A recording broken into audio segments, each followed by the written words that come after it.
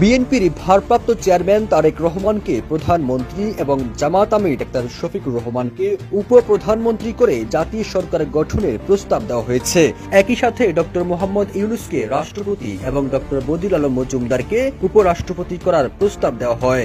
এমন প্রস্তাবের পর বিভিন্ন মহলে চলছে নানা আলোচনা। প্রশ্ন উঠেছে, তবে কি জাতীয় সংসদ নির্বাচনের আগে জাতীয় সরকার গঠন করা হবে? আর যদি হয়েও থাকে তবে সেটি কত বছরের জন্য হবে?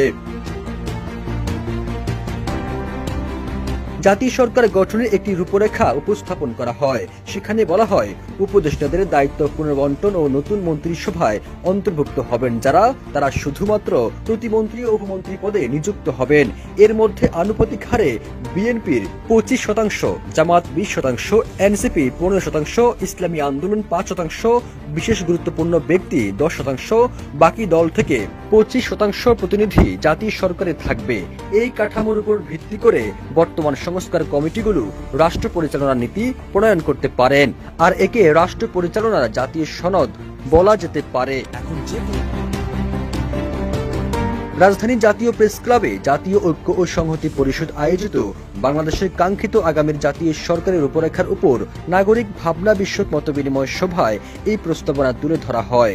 এতে আরো বলা হয়, জাতীয় সনদে বর্তমান সংবিধানে অপরিসীম প্রধানমন্ত্রী ক্ষমতাকে রাষ্ট্রপতি, উপরাষ্ট্রপতি ও উপপ্রধানমন্ত্রীদের বন্টনের মাধ্যমে সুষ্ঠু সমতা আনয়ন করা হবে।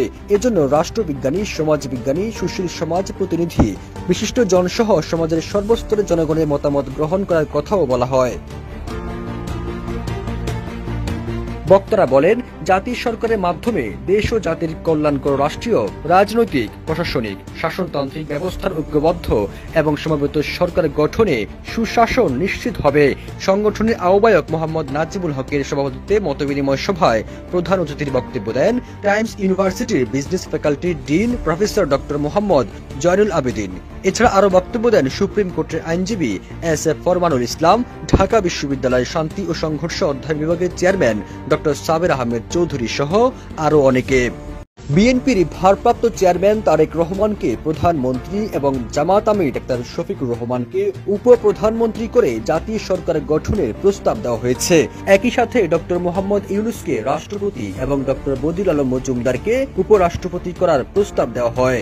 এমন প্রস্তাবের পর বিভিন্ন মহলে চলছে নানা আলোচনা। প্রশ্ন উঠেছে, তবে কি জাতীয় সংসদ নির্বাচনের আগে জাতীয় সরকার গঠন করা হবে? আর যদি হয়েও থাকে তবে সেটি কত বছরের জন্য হবে?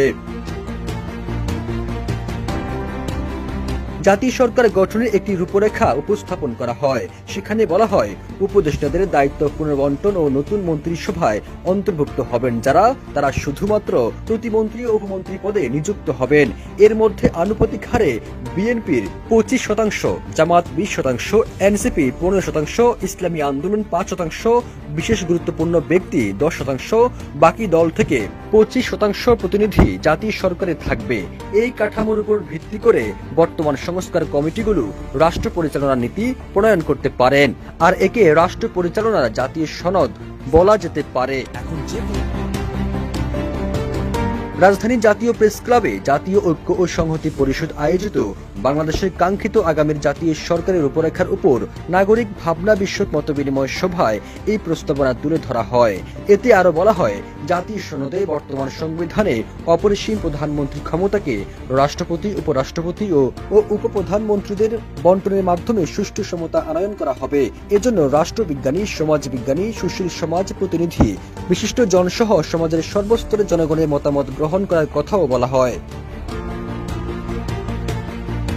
বক্তারা বলেন, জাতীয় সরকারের মাধ্যমে দেশ ও জাতির কল্যাণকর রাষ্ট্রীয়, রাজনৈতিক, প্রশাসনিক, শাসনতান্ত্রিক ব্যবস্থার ঐক্যবদ্ধ এবং সমবেত সরকার গঠনে সুশাসন নিশ্চিত হবে। সংগঠনের আহ্বায়ক মোহাম্মদ নাজিবুল হকের সভাপতিত্বে মতবিনিময় সভায় প্রধান অতিথির বক্তব্য দেন টাইমস ইউনিভার্সিটির বিজনেস ফ্যাকাল্টির dean professor doctor Mohammad Zainul Abedin. এছাড়া আরো বক্তব্য দেন সুপ্রিম কোর্টের আইনজীবী এস.এ. ফরমানুল ইসলাম, ঢাকা বিশ্ববিদ্যালয়ের শান্তি ও সংঘর্ষ অধ্যয়ন বিভাগের চেয়ারম্যান ডক্টর সাবের আহমেদ চৌধুরী সহ আরো অনেকে।